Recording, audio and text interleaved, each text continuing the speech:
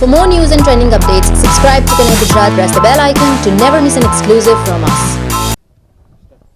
નમસ્કાર દર્શક મિત્રો, કનેક્ટ ગુજરાતની વિશેષ મુહિમ યસ આઈ વિલ વોટમાં આપનું સ્વાગત છે. હાલ અમે ઊભા છે ભરૂચના એક મુસ્લિમ વિસ્તારમાં. કેટલાક માઇનોરિટીઝના લોકો અમારી સાથે જોડાયા છે. અમારું કેમ્પેન છે કે યસ આઈ વિલ વોટ. એક વોટનું જે મહત્ત્વ છે એ દર્શાવવા માટે અહીંયા ઉપસ્થિત થયા છે. દર્શક મિત્રો, સૌ પ્રથમ જણાવી દઈએ કે એક મતનું મહત્ત્વ શું છે. જે લોકો એમ કહે છે કે એક વોટ મારો નહીં આપવાથી શું ફરક પડે છે, તો ઘણા બધા ઉદાહરણો છે. ચાલો મુખ્ય 3 થી 4 ઉદાહરણો પર જો નજર કરવામાં આવે તો સૌ પ્રથમ જણાવી દઉં કે એડોલ્ફ હિટલર આ નામથી સૌ કોઈ પરિચિત છે. એડોલ્ફ હિટલરની જો વાત કરવામાં આવે તો માત્ર એક જ મતથી તેઓ વિજય થયા હતા અને નાઝી પાર્ટીના પ્રમુખ બન્યા હતા. અને ત્યારબાદ એડોલ્ફ હિટલરે જે ઇતિહાસ સર્જ્યો છે વિશ્વ એનાથી જાણતું છે. કોઈ પણ માણસ એનાથી અજાણ નથી. બીજી વાત કરી દઈએ તો સરદાર વલ્લભભાઈ પટેલ જો અહેમદાબાદ કોર્પોરેશનની અંદર માત્ર એક મતથી હારી ગયા હતા. વાત કરીશું સીપી જોશી જેઓ રાજસ્થાન ધારાસભ્ય તરીકે ચૂંટણી લડી રહ્યા હતા અને એમનો પરિવાર પ્રવાસે હતો. એમનો પરિવારે એવું કહ્યું હતું કે અમે આવી રહ્યા છે આપને વોટ આપવા માટે. ત્યારે સીપી જોશીનું નિવેદન હતું કે તમે ના આવશો 2 વોટથી કંઈ ફરક નથી પડવાનો. પરંતુ એ જ ચૂંટણીમાં સીપી જોશી માત્ર એક મતથી વિધાનસભા હારી ગયા હતા. દર્શક મિત્રો, કહેવાનો મતલબ એ છે કે તમારો એક મત કેટલો જરૂરી હોય છે અને કેટલો ઇમ્પોર્ટન્ટ હોય છે. જો અમેરિકાની જો વાત કરવામાં આવે તો રાષ્ટ્રીય ભાષા તરીકે જર્મનીને પ્રાથમિકતા મળી રહી હતી, પરંતુ એક મતના કારણે આજે અમેરિકાની જે રાષ્ટ્રભાષા છે તે અંગ્રેજી છે, કારણ કે એક જ મત એને વધારે મળ્યો હતો. દર્શક મિત્રો, ઘણી બધી બાબતો એવી છે જે એક મત જે ભાગ ભજવી રહ્યો છે એના માટે. અને જ્યારે કોઈ વ્યક્તિ એવું કહે છે કે હું મારા મત નહીં આપવાથી શું ફરક પડે છે, તો એ જણાવી રહ્યા છે કે આ ફરક પડે છે. નમસ્કાર દર્શક મિત્રો, કનેક્ટ ગુજરાતની વિશેષ મુહિમ યસ આઈ વિલ વોટમાં હું વસીમ મલેક આપનું સ્વાગત કરું છું. કેટલાક લોકો અહીંયા ઊભા છે. એમની પાસે સૌપ્રથમ અમારું જે કેમ્પેન છે અંતર્ગત જે અમે પ્રતિજ્ઞા લેવડાવતા હોઈએ છીએ એ પ્રતિજ્ઞા લેવા માટે તમામને વિનંતી કરીશ જમણો હાથ આગળ લઈને મારી સાથે બોલે. મતદાન મારો જન્મસિદ્ધ અધિકાર છે. હું મતદાન અવશ્ય કરીશ. મારા પરિવારજનો અને દેશની જનતાને મતદાન માટે પ્રેરણા આપીશ. દર્શક મિત્રો, જનતાનો સૌથી મોટો તહેવાર એટલે કે લોકસભા ચૂંટણી 2019ને માત્ર 12 કલાક 24 કલાક જેટલો સમય બચી ગયો છે. અને મતદાન માટે કેટલાક લોકો સાથે વાત કરીશું. સૌ પ્રથમ આપ સાથે વાત કરીશું. આપનું પહેલાં નામ? મારું નામ છે સાદિક અબ્દુલ્લા પટેલ કાવીવાલા. કેટલું જરૂરી છે મત આપવું? શરિયતન પણ પહેલાં બતાવો. શરિયતને બહારથી પોતાનો હક છે અને ના આપવો એક ગુનો બને છે.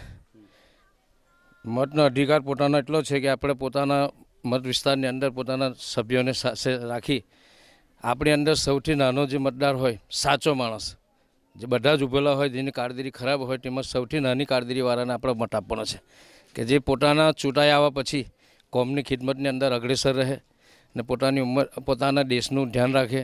મતદાન માટે જેટલી મહિલાઓ નથી જતી એમને શું સંદેશો આપો છો? મહિલાઓ માટે આપણે પોતાના દરેક માણસોએ મહેનત કરવાની છે. દરેક સભાસભ્યોએ મહેનત કરવાની કે સવારમાં 11 વાગતા પહેલાં જ પોતાની ઓરતોને સૌથી પહેલાં મતદાન મથકે મોકલીને વોટ અપાવવાનો છે. આ આપણી કમજોરી છે કે દરેક મતદાનની અંદર 5% 10% મુસલમાનો મત આપે છે. જે ગઈ ચૂંટણીમાં બી થયેલું છે કે 11% મુસલમાનોનું મતદાન હતું અને 89% મતદાન ના હતું. આ આપણી બેફિકરાઈ દૂર કરવાની છે, સજાગ બનવાનું છે. ઘરનું કામ તો પછી બી થશે, સૌથી પહેલાં વોટિંગનું જ કામ કરવાનું છે કે પોતાના ઘરમાંથી દરેક મતદારોને બહાર કાઢી, ચાહે મર્દ હોય, ઓરત હોય, નવજવાન હોય, એને બૂથ મથક પર મોકલી પોતાનો મત આપવાનો જ છે અને પોતાનો મત આપીને દેશના માટે પોતાની વફાદારી બતાવવાની છે. ચાલો બીજા એક યુવા અહીંયાના આગેવાન છે યાસીનભાઈ દાદાભાઈ, એની સાથે વાત કરું. યાસીનભાઈ, મતદાન કેટલું જરૂરી છે યંગસ્ટર માટે, શું સલાહ છે? મતદાન મોલસાબે જે પ્રમાણે કહ્યું તે પ્રમાણે અને આપ સાહેબે જે પ્રમાણે અલગ અલગ મુદ્દાઓ બતાવ્યા તેમાં બીજો એક મુદ્દો હું ઉમેરું તો 1958માં શ્રી અટલ બિહારી વાજપેયીજીને એક વોટના કારણે શાસક પક્ષની જગ્યાએ વિપક્ષમાં બેસવું પડેલું. એટલે મત આપવો એ આપણો મૂળભૂત અધિકાર છે. ડૉક્ટર બાબા સાહેબ આંબેડકરે અનુચ્છેદ 32 હેઠળ આપણને આ અધિકાર આપેલો છે અને ઇસ્લામમાં પણ મોલસાબે બતાવ્યું એ પ્રમાણે કે મત આપવો આપણો મૂળભૂત અધિકાર છે અને ન આપવો ગુનો બને છે. તો આપણે એક આપણા ભવિષ્ય માટે, આપણા દેશની રક્ષા માટે, દેશમાં ચેન સુકૂન અને ઇત્મીનાન જળવાઈ રહે અને અમન અને શાંતિ જળવાઈ રહે એ માટે વ્યવસ્થિત કેન્ડિડેટને જોઈ અને જે કેન્ડિડેટ ભારતના બંધારણમાં અને ભારતના લોકોને સારામાં સારો વિકાસ કરી શકે અને બંધારણને સાચવી રાખે એવા કેન્ડિડેટને મત આપી અને ચૂંટી લાવવો જોઈએ એ આપણી મૂળભૂત ફરજ અને હક બને છે. કેટલાક લોકો જે રીતે વાત કરીએ છે ક્યાંક ને ક્યાંક કામ હોય છે, ગરમીનો માહોલ છે. કાકા તમને સવાલ કરું છું, આટલી ગરમીનો માહોલ છે, કયો સમય એવો અનુકૂળ હોય મતદારોને તમે જો કહેવા માંગતા હોય, કયો સમય એવો અનુકૂળ છે જ્યારે વોટિંગ થઈ જાય? સવારનો જ સમય અનુકૂળ છે આમ તો 11 વાગ્યા સુધીનો. પણ વોટ તો એક જન્મસિદ્ધ અધિકાર છે, એને ગમે તે સમયે બી વાંધો નહીં આપી શકો છો અને સમય કાઢવો જ જોઈએ એના માટે. જી, તો બિલકુલ જો સમય સરકાર દ્વારા જે એલાન ગુજરાતની જો વાત કરવામાં આવે તો સવારે 7 વાગ્યાથી આ મતદાન શરૂ કરવામાં આવ્યો છે, એટલા માટે કે ગરમીનો માહોલ છે અને બપોરના સમયે પણ તમારે મતદાન આપવાનું છે. અને ખાસ તકેદારીની જો વાત કરવામાં આવે તો જનતા જનાર્દનને અમે બતાવી દઈએ કે કેટલાક ડિહાઇડ્રેટ ના થઈ જવાય એના માટે ઘરેથી સારું એવું પીણું કે લીંબુ શરબત સાથે રાખી, છાશ જેવા પીણાઓને પી, ઓછું ખોરાક લઈ અને આ મતદાન જે આપણો જે તહેવાર આવ્યો છે તહેવારને સારી રીતે મનાવીએ. તમારી સાથે વાત કરીશ. શું નામ છે આપનું? જાકીર હુસેન. જાકીરભાઈ, મતદાન કેટલું જરૂરી છે, શું સલાહ આપશો? મતદાન બહુ જરૂરી છે, 100% જરૂરી છે. જી, આપના મતે મતદાન કેટલું જરૂરી છે? મતદાન આપણા માટે બહુ જરૂરી છે અને મતદાન આપણો વોટ આપણો અધિકાર છે. શું સલાહ આપશો આજના નવયુવાનોને, ઓરતોને? સલાહ મારી એ જ છે કે દરેકને પોતાને તન મન ધનથી અને વોટિંગ કરવું જરૂરી છે. સુહિલભાઈ અકુબત, જી સુહિલભાઈ, મતદાનની જરૂરિયાત કેટલી હોય છે લોકતંત્રની અંદર? આ લોકશાહી દેશ છે અને લોકશાહીને જીવંત રાખવી હોય તો મતદાન કેટલું જરૂરી છે તમારા હિસાબે? મતદાન મારા માટે એટલું જરૂરી છે. સૌ પ્રથમ તો હું ભારત દેશના સૌ નાગરિકોને અપીલ કરું છું અને ખાસ કરીને લઘુમતી માઇનોરિટીને કે વધારેમાં વધારે સવારે વહેલી પહોરમાં મતદાન કરો અને કરાવડાવો. એ આપણો જન્મસિદ્ધ હક છે. લેડીઝ જે કામોમાં બિઝી હોય છે, ખાસ કરીને માઇનોરિટીઝ કોમ્યુનિટીમાં પણ આ જોવામાં આવ્યું છે, તો એમને શું સલાહ આપો છો? એમને મારી એટલી સલાહ છે કે કામ તો 24 કલાક કરે જ છે લોકો, પણ થોડું કામ નિપટાવી વહેલી તકે મતદાન મથકે પહોંચે અને પોતાનો મત આપે, એ જ મારી અપીલ છે. ચાલો બીજા એક મિત્ર સાથે વાત કરીશું. તમે શું કહો છો, મતદાન કેટલું જરૂરી? મતદાન એ ખરેખર આપણો જન્મસિદ્ધ અધિકાર છે.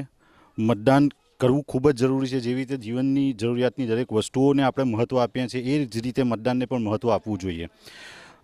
આપણા શહેર, જિલ્લા યા પછી દેશનું આર્થિક જે કંઈ પણ અત્યારે ચાલી રહેલું છે, જે કંઈ પણ બદલવાનું હોય, એ બધું મતદાન પર મૂળભૂત છે.